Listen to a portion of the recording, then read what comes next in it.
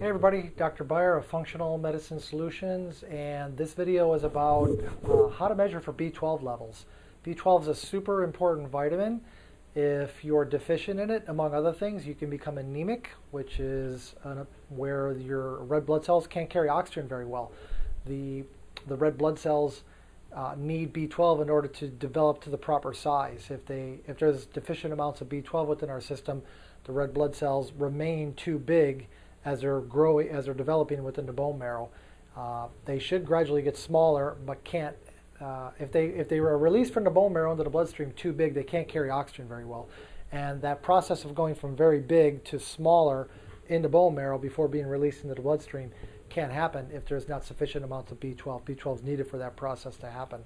So there's lots of other things that can happen when B12 levels are low. B12 is a B vitamin that's an important synergistic component of a lot of metabolic reactions, including creating important brain chemicals called neurotransmitters. So, I'm not going to talk about the different symptoms that can come about as a result of B12 because this would be a very, very long video. What I want to convey to you in this video is how to properly measure for B12, which is important because of how important B12 is.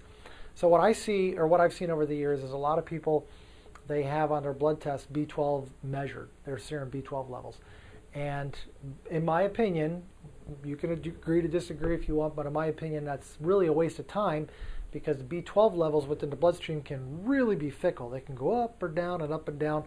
You can get some people who, a day or two before getting the blood drawn, took a vitamin with high amounts of B vitamins, including B12, and they get their blood drawn and their B12 levels show really good or even super high, even though they're deficient, because if you were to measure them 3-4 days later, the B12 levels would be in the basement.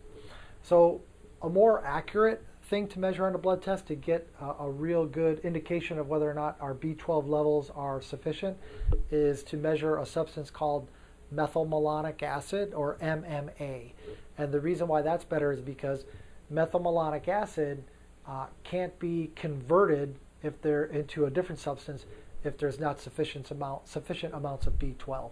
So the B12 levels in the bloodstream can really be fickle and fluctuate, but the MMA, the methylmalonic acid levels, won't. They're pretty consistent. And so to get a bird's eye view of someone's B12 status, we check MMA, or methylmalonic acid.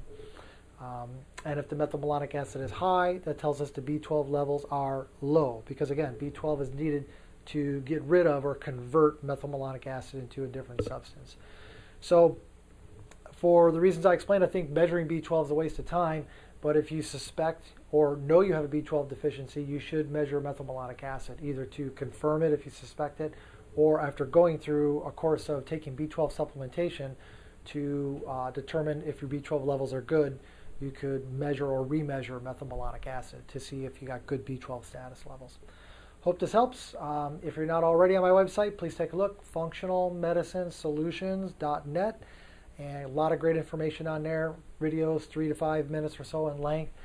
I always we have a standing offer for people to pick my brain in what we call a free Ask Dr. Beyer session, which is where you can set up a free 15-minute phone or video cam consultation with me just to kind of pick my brain about a specific question or two, because I want to help people. Too many people are suffering with metabolic issues that can be fixed by somebody who practices functional medicine.